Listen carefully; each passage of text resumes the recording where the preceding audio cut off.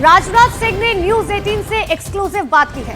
राजनाथ सिंह ने हर सवाल का खुलकर और बेबाकी से जवाब दिया। कल ब्रिटिश अखबार गार्डियन के आतंक पर भारत की नीति पर उन्होंने सवाल उठाए थे। राजनाथ सिंह ने इस आरोप को खारिज कर दिया। उन्होंने कहा, अगर आतंकी किसी पड़ोसी देश से हमारे यहां आतंक फैलाएंगे, चाहे वो पाकिस्तान से ही क्यों ना हो, तो हम घुसकर आतंकियों को मारेंगे, आतंक का खात्मा करेंगे। अभी कल ही जो है गार्डियन, फॉरेन पब्लिकेशन है गार्डियन, उसमें एक आर्टिकल आया है। उसमें कहा है, उस आर्टिकल ने कहा है कि जो है भारत ने पाकिस्तान की धरती में 20 लोगों को, 20 इंडिविजुअल्स को, टेररिस्ट को जो है पिछले कुछ सालों में मारा है, उन्हीं की धरती में जाके मारा है। और जो है इस पर तमाम क्या कहते हैं, उन्होंने बहुत रिसर्च की है, बहुत लोगों से बात की है। ये पहले हम लोगों के बारे में कनाडा में भी बोला गया, यूएस में भी ये चर्चा हुई पहले, पर पाकिस्तान की ये नई चर्चा है, 20 लोग। तो इसको आप कैसे देखते हैं कि ये क्या, उस आर्टिकल में ये भी कहा है कि जो है भारत जो है केजीबी और मोसाद से जो है काफी इन्फ्लुएंस्ड है, तो उनकी भी जो इंटेलिजेंस एजेंसी है, रॉ वगैरह, इस तरीके का काम कर रही है। कोई स्लीपर सेल है यूएई में, उसने जो है इसमें उसका रोल रहा है। और 20 लोगों को, मतलब एक आध लोग नहीं, 20 टेररिस्ट को जो है हमने कुछ सालों में मारा है। 20 टेररिस्ट को मारा है? हाँ जी, मतलब टेररिस्ट कह लीजिए, लोगों कह लीजिए, पर वहां उनकी धरती में मारा है। कोई भी टेररिस्ट हमारे पड़ोसी देश से भारत को डिस्टर्ब करने की कोशिश करेगा जी, यहां पर ये आतंकवादी हरकतें करेगा तो उसका मुंह तोड़ जवाब देंगे। यदि वो भगकर पाकिस्तान में जाएगा तो पाकिस्तान में घुस कर मारेंगे। तो ये बात आप मतलब कह रहे हैं, जो प्रधानमंत्री भी कह रहे हैं कि अब वो भारत नहीं रहा जो कि बगल में खड़े होकर तमाशा देखता रहेगा, घर में घुस कर मारेगा। बिल्कुल, प्रधानमंत्री जी ने जो कहा है बिल्कुल सच कहा है, और यह ताकत है भारत की, और पाकिस्तान भी इसे समझने लगा है। वैसे भारत बराबर अपने पड़ोसी देशों के साथ अच्छे रिश्ते बनाकर रखना चाहता है, चाहे कोई भी हमारा पड़ोसी देश है। और आज देखा होगा आपने, पास्ट हिस्ट्री उठाकर देखिए कि आज तक न तो हमने दुनिया के किसी देश पर कभी आक्रमण किया है, अथवा आक्रमण की कोई पहल की हो, कभी नहीं किया, और न तो दुनिया के किसी देश की 1 इंच जमीन पर हम लोगों ने कभी कब्जा करने की कोशिश की है। यह भारत का चरित्र रहा है जी। लेकिन भारत को बार बार कोई आंख दिखाएगा, भारत में आकर आतंकवादी गतिविधियों को बढ़ावा कर देने की कोशिश करेगा, तो उसकी खैर नहीं है।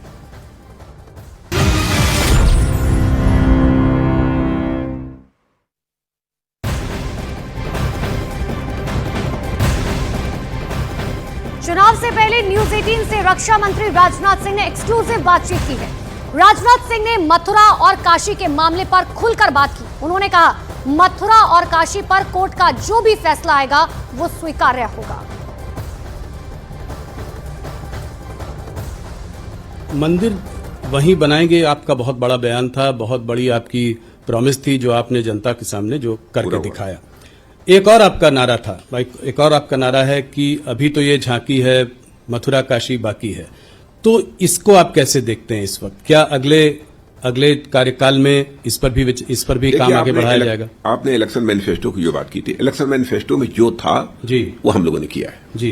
तो ये आएगा इलेक्शन मैनिफेस्टो में, इस पे आपका पर्सनल मत भी जानना चाहूंगा। नहीं, इलेक्शन मैनिफेस्टो में क्या आएगा तो मैंने पहले ही बताया। पर वैसे मथुरा काशी के बारे में यही मैं आप लोग तो पहले से कटिबद्ध हैं कि आप इलेक्शन मामला सब जुडिस है जी, मामला सब जुडिस है जी। अब तो ज्ञान मुझे लगता है कि फैसले की प्रतीक्षा करनी चाहिए, तो उसके हिसाब से आगे बढ़ेंगे।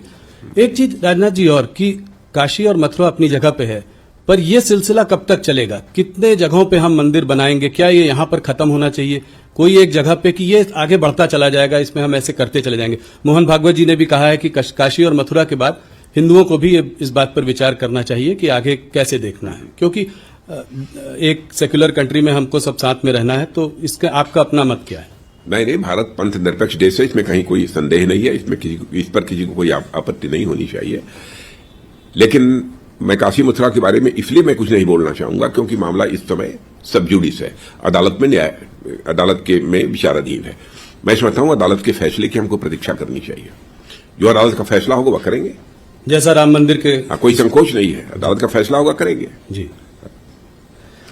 और आप भी हमारी बात से सहमत होंगे, कम से कम अदालत के फैसले को चाहे कोई भी सरकार हो उसे स्वीकार तो करना चाहिए। बिल्कुल करेंगे जी।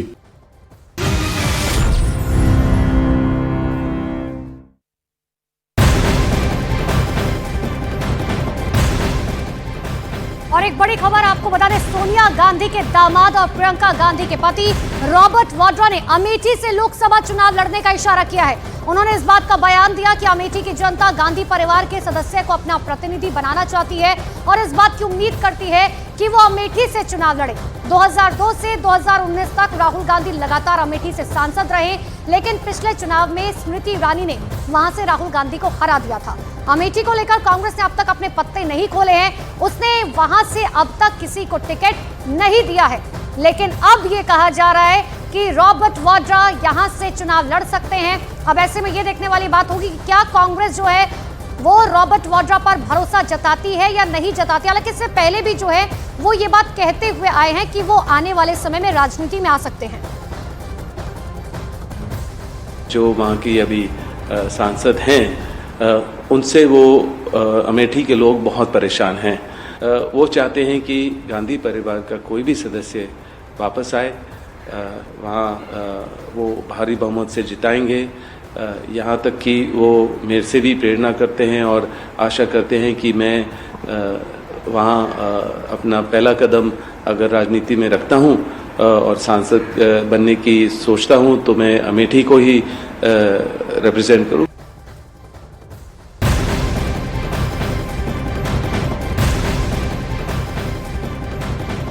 चुनाव से पहले न्यूज 18 से रक्षा मंत्री राजनाथ सिंह ने एक्सक्लूसिव बातचीत की है। चुनाव के दौरान विपक्षी पार्टियां एजेंसियों के गलत इस्तेमाल का आरोप लगा रही हैं। इस पर राजनाथ सिंह ने खुलकर जवाब दिया। उन्होंने कहा उनकी सरकार भ्रष्टाचार को जड़ से खत्म करना चाहती है। एजेंसियों पर विपक्ष का आरोप निराधार है। ईडी और सीबीआई पर विशेष इंटेलिजेंस एजेंसीज का जो इस्तेमाल हो रहा है, ऑपोजिशन कह रही है, वो सिर्फ ऑपोजिशन लीडर्स को हैरेस करने के लिए हो रहा है। वो कहते हैं कि ज्यादातर इसमें ऑपोजिशन लीडर्स को ही हैरेस किया जाता है। यहां तक कि 2 मुख्यमंत्रियों को भी आपने जेल के सलाखों के पीछे भेज दिया। अपोजिशन का यह आरोप पूरी तरह से तथ्यों से परे है, पूरी तरह से निराधार है। एजेंसी अपना काम कर रही है। करप्शन को हम रूट आउट करना चाहते हैं, न रूट आउट हो तो कम से कम मिनिमाइज तो हम करना चाहते हैं। हमारा यही एफर्ट है और उसके लिए एजेंसी यदि अपना काम कर रही है और लगता है विपक्ष को एजेंसी गलत काम कर रही है, गलत तरीके से लोगों को फंसाया जा रहा है, तो उसको लेकर वह कोर्ट भी जा रहे हैं। तो कोर्ट से उनको जो रिलीफ मिलनी चाहिए वो क्यों नहीं रिलीफ मिल रही है? क्या आप ये कह देंगे कि कोर्ट के ऊपर हम लोगों ने अपना प्रभाव जमा रखा है? इस तरीके से बेबुनियाद निराधार आरोप लगाने की कोशिश नहीं करनी चाहिए। अपने गिरेबान में झांक कर विपक्ष देखे।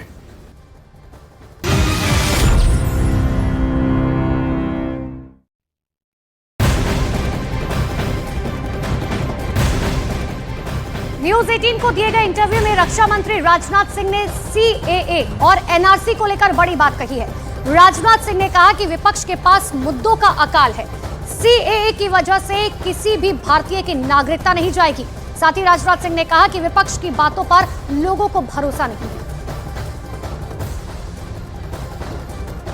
सीएए पहली बार आप जब होम मिनिस्टर थे तब आया था, पारित भी हो गया था। उसके बाद फिर वापस जो है दोबारा आप लोग लाए और इस बार जब सीएए की बात कर रहे हैं, जब रूल्स नोटिफाई हुए हैं, तो पहली बार बहुत इसका देश वेश में काफी खिलाफ लोग इसके प्रदर्शन भी हुए थे। इस बार इतना कुछ हुआ नहीं। तो क्या आपको लगता है लोगों की अब ये समझ में आ रहा है ये इसको आप लोग अब आगे बढ़ा पाएंगे?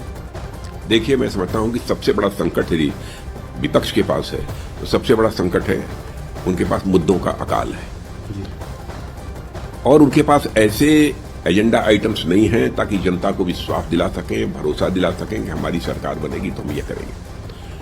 और उन सारी राजनीतिक पार्टियों को लेकर आम जनता में एक विश्वास का संकट भी है। लोग उनकी बातों पर भरोसा भी नहीं करते। अब इसको लेकर तरह तरह की गलतफहमी पैदा करने की कोशिश जो है विपक्ष द्वारा की गई है, लेकिन मैं विश्वास के साथ कह सकता हूं कि इस सिटीजनशिप अमेंडमेंट एक्ट के कारण किसी की नागरिकता समाप्त नहीं होने जा रही है।